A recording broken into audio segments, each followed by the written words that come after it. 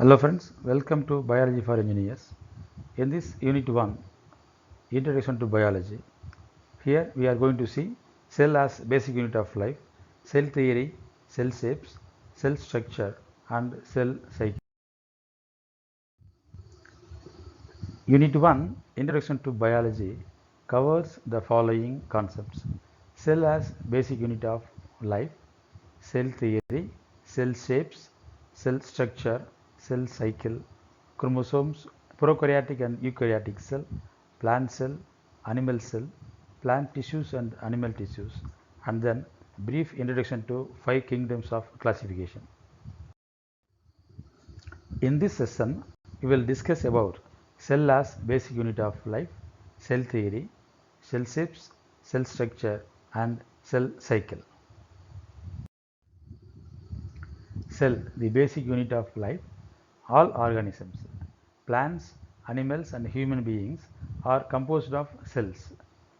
Some organisms are composed of a single cell and hence they are called as unicellular organisms, while other organisms which are composed of many cells are called multicellular organisms. The cell is the fundamental, structural and functional unit of all living organisms.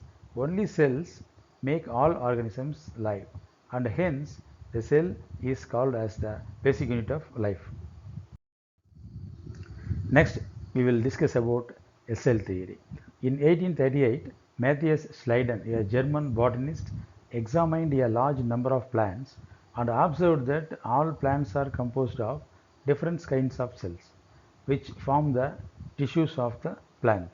While Theodore Schwann, in 1839, a British zoologist, studied different types of animal cells and reported that cells had a thin outer layer which is today known as the plasma membrane.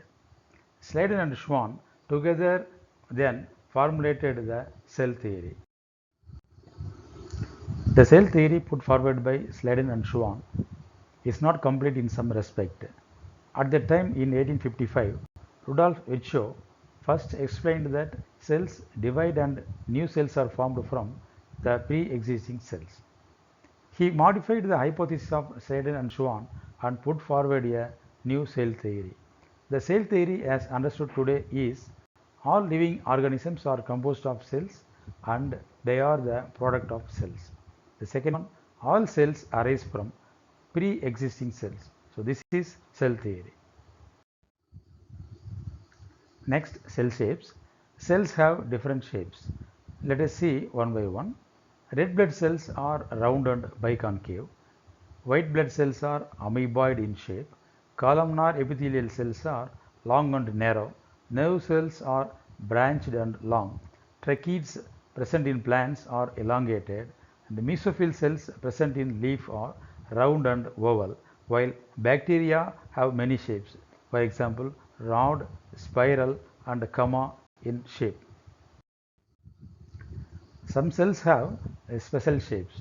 They are the glandular hairs on leaf, the guard cells of stomata and root hair cells. They have some specialized shape of cells. Next, let us see the structure of cell. The cell has 3 main parts. They are the cell membrane, the cytoplasm and the nucleus. Besides the nucleus, cells have other membrane-bound structures called organelles. They are the endoplasmic reticulum, Golgi complex, lysosomes, mitochondria, microbodies, vacuoles, and etc. Inside of each cell, there is a dense membrane-bound structure called nucleus. This nucleus contains chromosomes, which in turn contain the genetic material called DNA. Cells that have membrane-bound nuclei are called eukaryotic cells, whereas the cells that lack a membrane-bound nucleus are called prokaryotic cells. In both prokaryotic and eukaryotic cells, a semi-fluid matrix called cytoplasm, which occupies the volume of the cell. The cytoplasm is the main arena of cellular activities in both plant and animal cells. Various chemical reactions occur in the cytoplasm to keep the cell in the living state. Prokaryotic cells lack membrane-bound organelles. Ribosomes are non-membrane-bound organelles, but they are present in all cells, that is both eukaryotic as well as prokaryotic cells. Within the cell, ribosomes are found not only in the cytoplasm, but also within the two organelles. They are chloroplasts and mitochondria, and on the outside of endoplasmic reticulum. So, they are present on the outside of the rough endoplasmic reticulum also. Animal cells contain another non-membrane bound organelle called a centrosome, which helps in cell division.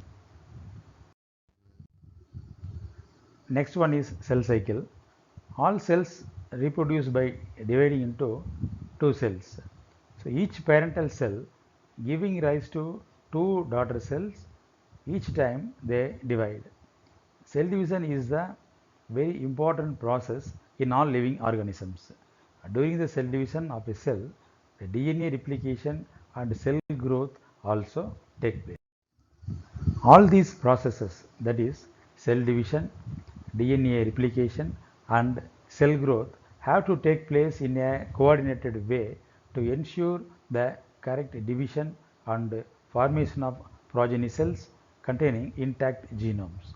The sequence of events by which cell duplicates its genome, synthesizes the other constituents of the cell, and finally divides into two daughter cells is termed as cell cycle. Under Unit 1, Introduction to Biology, so far we have discussed the cell as basic unit of life, cell theory, cell shapes, cell structure and the cell cycle. Thank you.